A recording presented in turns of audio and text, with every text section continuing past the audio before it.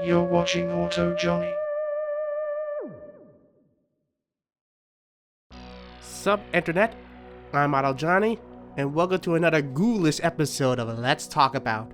It's where I talk about upcoming movies, TV series, the history of production, how they're made, along with movie news and comics. Then I break it down to make them easy to follow and give you my personal thoughts. And in today's Howling episode, we're going to be talking about Blumhouse's Wolfman movie, a reimagining of the classic 1941 film. Now, this is not the first time they did a remake of The Wolfman, as they did one in 2010, but this one has a lot more going on under the surface, and we need a lot more context when talking about this movie in particular. What do I mean by that? Well, join me, creatures of the night, and let's talk about The Wolfman.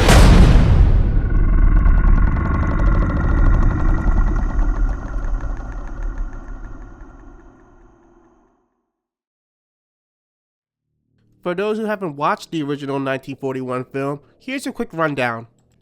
The film follows aristocrat Lawrence, or Larry, Talbot, played by Lon Chaney Jr., returning to his ancestral home after the death of his brother. After spying on a woman at an antique shop named Gwen, played by Evelyn Ankers, through a telescope, which... By the way, this leads up to their romance, which... Again, yikes. Moving on.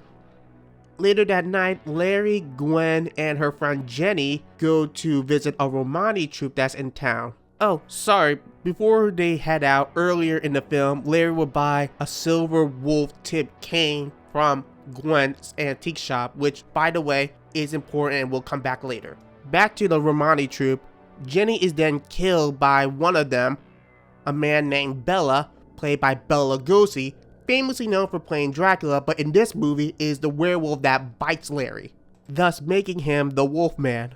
Horror, murder, and tragedy ensues as Larry's father, Sir John Talbot, played by Claude Rains, is forced to strike him down with Larry's silver wolf-tipped cane, told you it would be important, thus killing Larry in the end.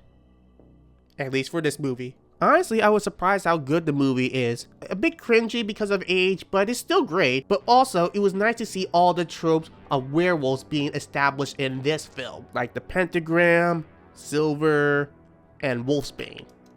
But this film would establish the Wolfman as one of the classic Universal monsters. And for those who don't know why this is important, well, before the Marvel Cinematic Universe, there was the original Cinematic Universe, which was the Universal movie monsters, running from 1913 to 1956. This would include characters like Dracula, Frankenstein, the Mummy, the Invisible Man, and the Creature from the Black Lagoon. But what matters the most is that this franchise was successful, and they tried again, and again to bring back the Universal monsters. This will also include one of their latest attempts, the Dark Universe, and not to be confused with the Dark Universe at Universal Studios. So since it's been a few years since this happened, let me give you a quick reminder. Plans for after the 2017 reboot of The Mummy, Universal were going to relaunch the Universal monsters in a shared cinematic universe called the Dark Universe.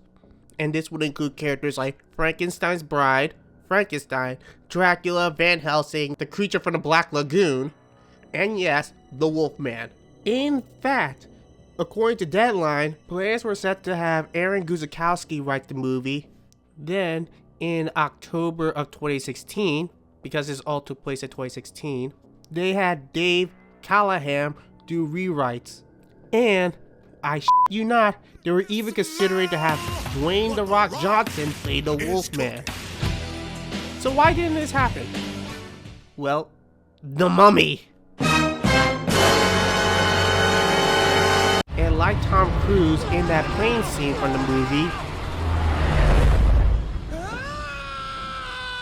the film crashed and burned.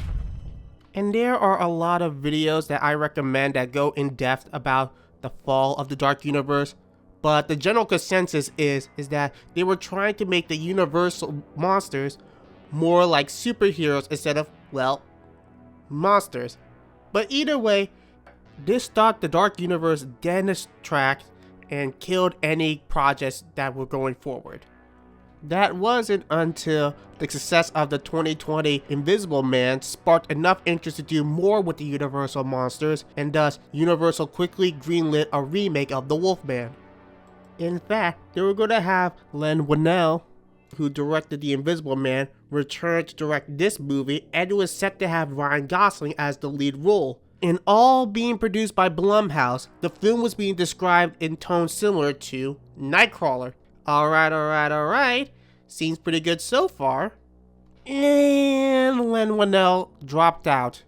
Thus, they got Derek Sean Francis to come and direct. And then in December of 2023, Derek and Ryan Gosling suddenly dropped out of the project, though Ryan Gosling is still involved just as an executive producer.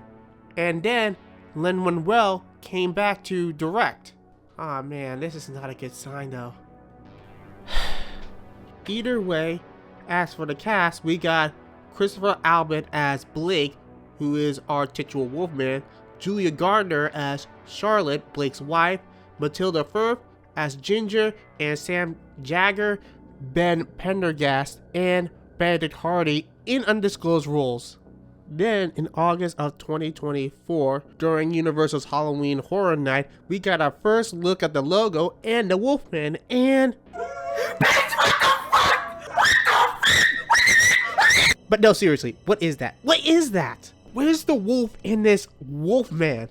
Oh god, he looks like a balding feral chihuahua that learned how to walk. Throughout all of cinema, we had a lot of great werewolves in movies, and this pale goblin is what they came up with? Come on. Anyways, a lot of people weren't happy with what they were shown for the Wolfman. And then, a few months later, we got a trailer of the movie. And I suspect it mostly to wash away the stink of this thing. Anyways, they released a synopsis along with the trailer, which reads, Blake, a San Francisco husband and father who inherits his remote childhood home in rural Oregon after his own father vanishes and is presumed dead. With his marriage to his high-powered wife Charlotte Frang, Blake persuades Charlotte to take a break from the city and visit the property with their young daughter Ginger. But as the family approaches the farmhouse in the dead of night, they are attacked by an unseen animal and, in a desperate escape, barricade themselves inside the home as the creature prowls the perimeter.